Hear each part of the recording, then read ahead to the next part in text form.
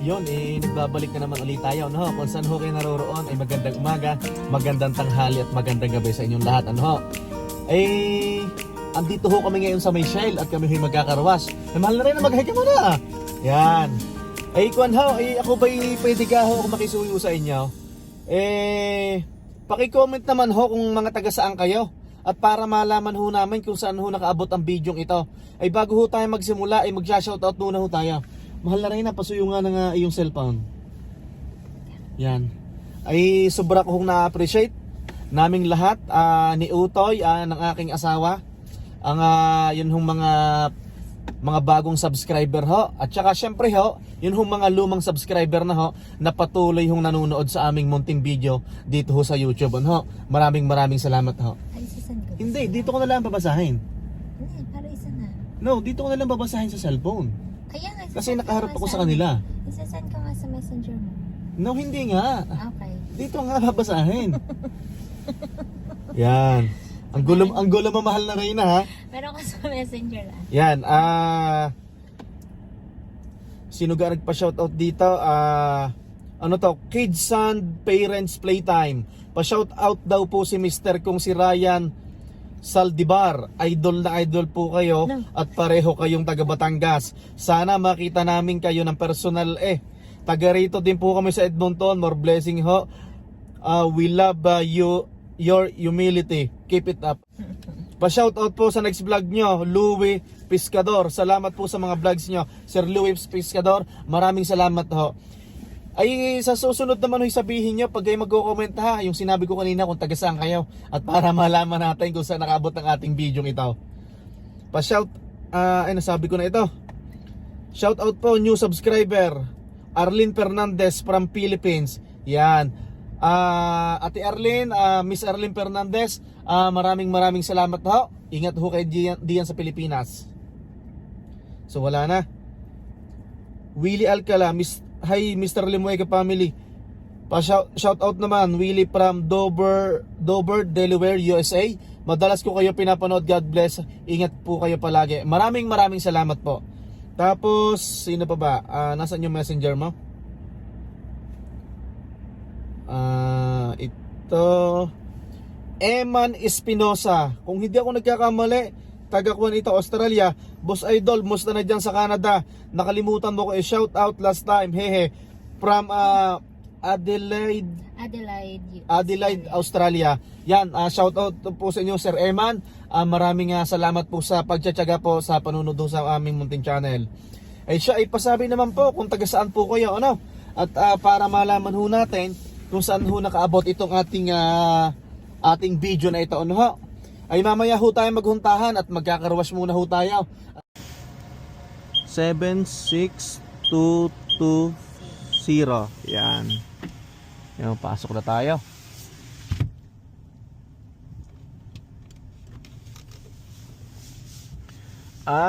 Papaliguan na naman natin. Ito ho, bali may nagpapasirit ho sa ilalim, may nag-i-spray sa ilalim. Yan. Dito ho ako natingin, yan, pag sinaping stop ay titigil tayo. Pag ho ako naman ay napasubra ng abantes, mag-iilaw naman yung back up. Yan. Kuan ho ito, hindi naman ho perfect na perfect ang linis. Syempre iba pa rin ho yung kuan. Iba pa rin ho yung tao naglilinis. Pero kahit papaano ho ay nababawasan. Ano ho?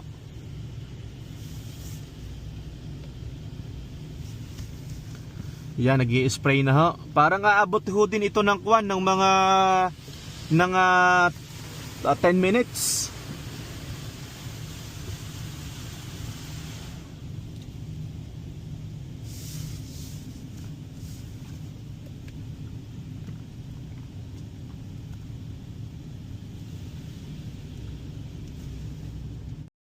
Ito ho, nilagyan na ng kwan ng parang amoy kwan amoy candy, no? May bubble gum. Amoy bubble gum. Oh.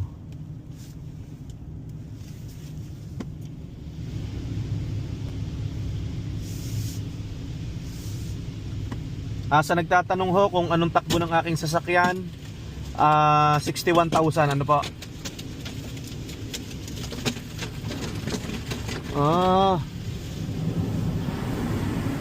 Yung mga yellow sa likod, no?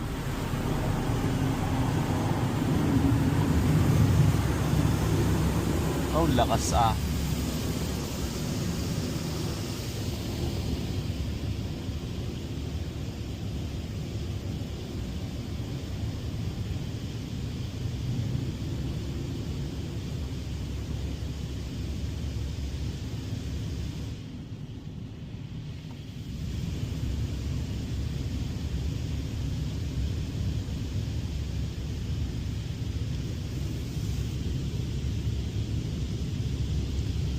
Yan, tapos so pagkatapos dito, bago ako lumabas, may blower dito.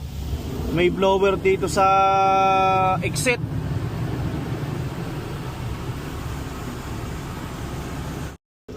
Yon, bali tapos na ho. Magbo-blower muna tayo. Yan oh, may blower sa itaas. Patatamaan natin tong hood at para kwan. Kaso may oras ho. Bago matapos yung oras na yan, dapat makalabas ako.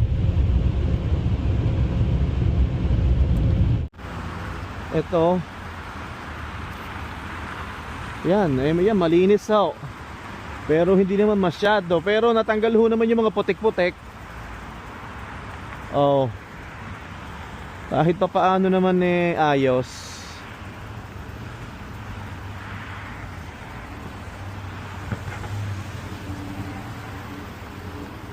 Yan.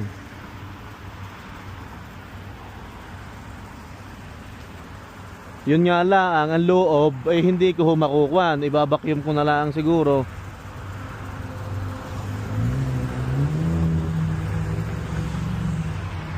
Siya, pasok na tayo. Yun, nakapag-carwash na ho tayo. Tayo na ho maghuntahan. At may nagtanong ho sa akin, ano? Bali, ano ho ba daw yung unang expectation ko dito sa Canada, ano ho?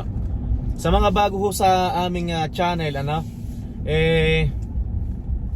Dumating ho kami dito sa Canada, sa Labrador City, Province of Newfoundland and Labrador. Dumating ho kami ng taong 2019, tama? Yan. Bali, lumipat lang ho kami dito sa Edmonton. Dumating tayo dito last year, August ho yun. Nag-drive po kami ng 8 araw, ng 8 days. So mahaba-haba ho talagang biyahe. Kahapon ho, meron nag-message sa akin. Shoutout po, ang pangalan nun, Daniel. Taga dyan po sa Pasig po, taga Pasig. Nagtatanong ho kung ano ho ba daw yung pakiramdam ko nung unang dumating ako dito ng Canada. Ano ho ba daw yung mga naging akala ko. Dahil siya ho daw ay maraming mga kamag-anak dito sa Canada, ano ho? Sir, shoutout po sa inyo, ano? Nakalimutan mo siyang i-shoutout kanina. Nakalimutan ko. Sa totoo lang ho, nung dumating ako dito sa Canada, first time ko dumating, nung unang dating ko ho dito, kasama ko na ho ang mahal na Reyna. Sa mga hindi ho nakakaalam, ang mahal na Reyna ho, si Mrs. Bali, nanggaling na po siya ng Canada, sa Fort McMurray, ano po.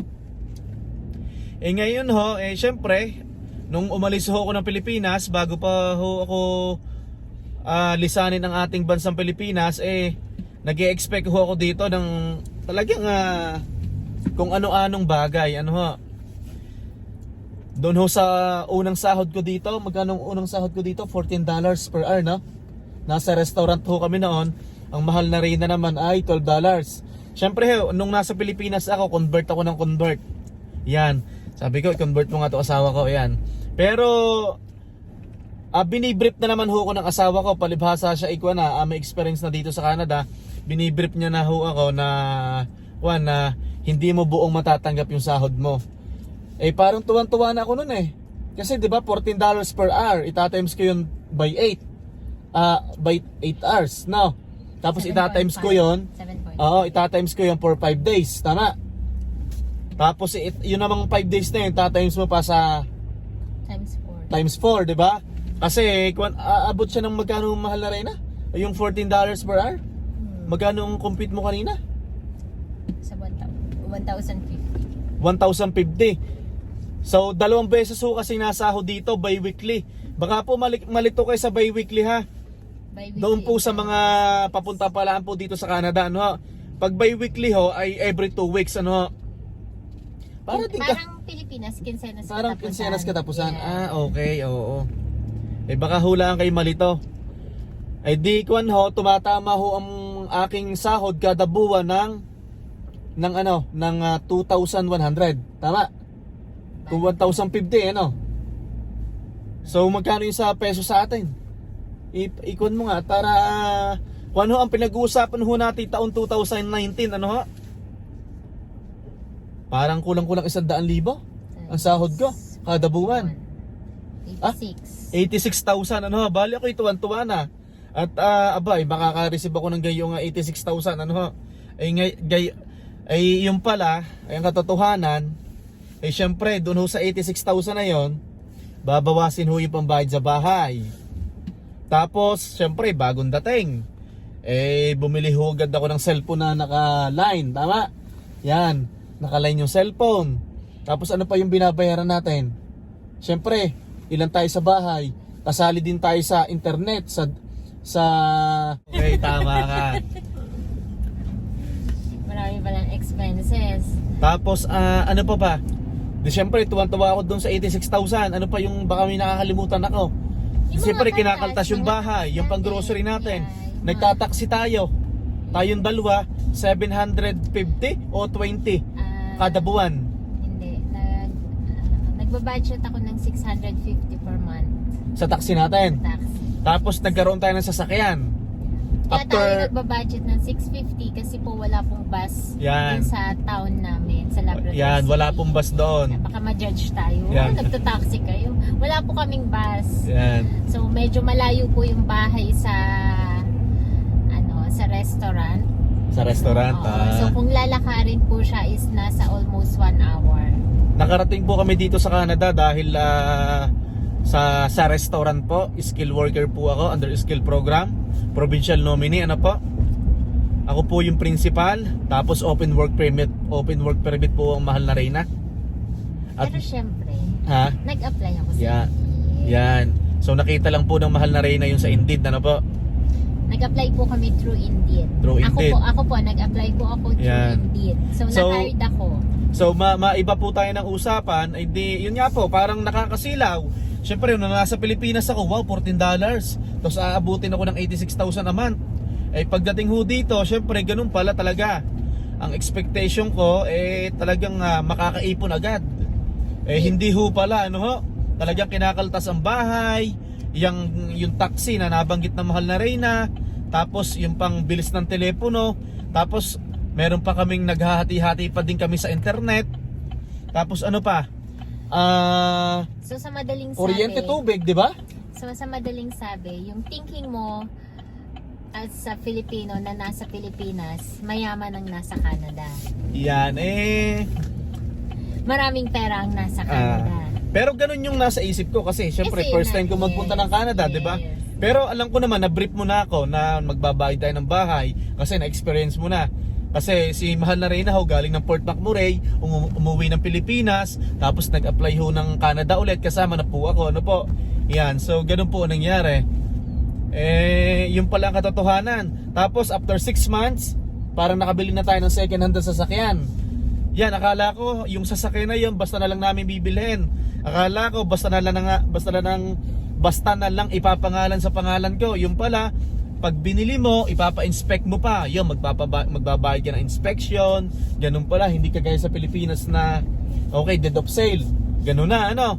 Tapos may isa pa. So it means bumili tayo ng second hand na sasakyan na yung hindi siya hinuhulugan bi-weekly. Parang 1.5 ang bili natin, ano? Yes, 1,500. Kasi mura lang po yung sasakyan sa Labrador City.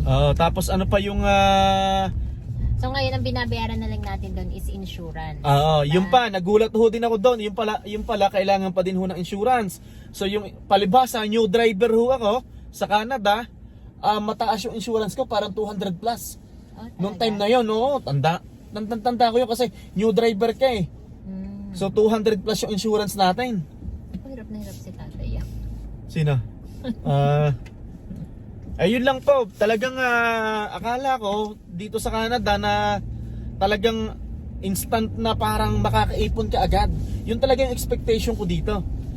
Yun pala ang dami talaga mga expenses ho Marami dito, po no? tayong gastos dito. Siyempre, dollar yung kinikita natin, dollar din yung ibinabayad Oo, natin tama, sa mga oo. bills natin.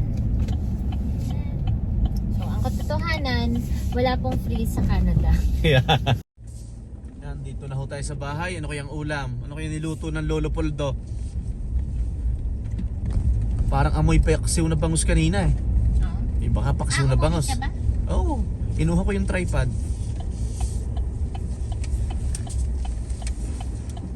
Kasi sabi ko paksiw. Yan. Ito, dito na ho tayo sa bahay, ano. So, aaminin ko ho sa inyo nung nung may linaw na makakapunta kami ng Canada, kami mag-asawa, sobra ko laging excited, ano ho. Lagi akong convert na wow, $14 ako per hour. Kulang-kulang 90,000 yung sasahurin ko. Pero pagdating pala dito, ang dami ho palang kakaltasin. Yan ang sabi ko kanina, bahay. Tapos kung kumuha ka ng bagong telepono, yan, isa pa rin yan. Tapos syempre, may SIM card pang kasama yon, tama ba? O package deal na yon. Parang may mga package deal na, no?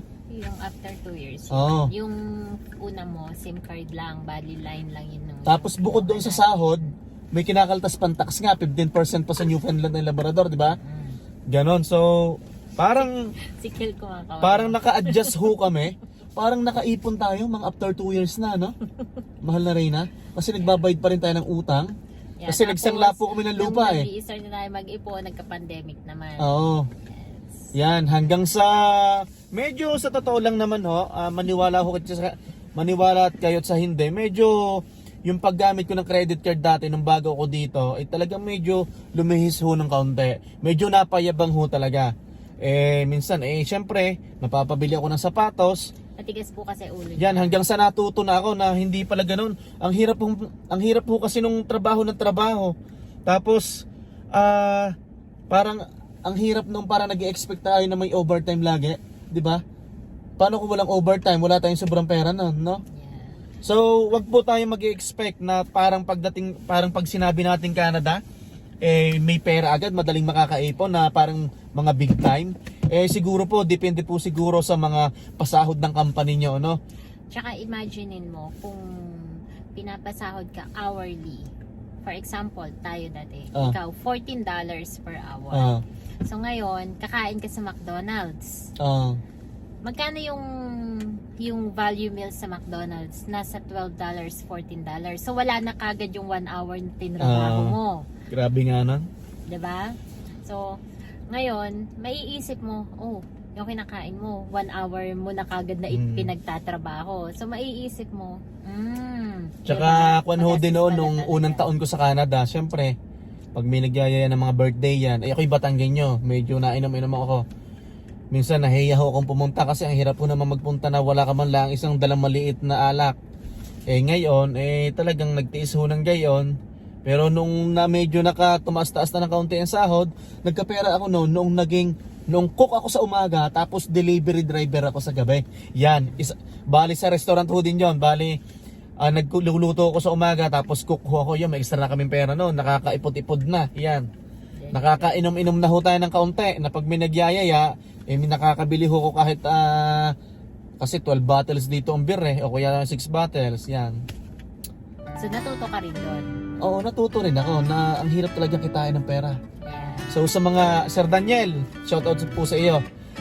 Maraming salamat po sa panonood. Pasensya na kung matagal ako mag-reply po at syempre busy po tayo. May cleaning pa ho kami sa gabi. So hindi ka na masyado magiinom kasi ang dami mong naibos na di ba? Yan, syempre ho, hindi po matatapos ang araw na to na hindi po kami nagpapaalam sa inyo. Kung saan po kayo naroroon ay magandang umaga, magandang tanghali at magandang gabi sa inyo lahat. Magbabay ka muna. Yan. Hanggang sa muli po, maraming salamat. Bye-bye! Ano kayang ulam? Paksiw paksiw na bangos. Yan. Kain tayo, kain. Bangus. Tingnan nyo mo naman. Parang maasim na ang amoy-amoy. Tingnan mo na.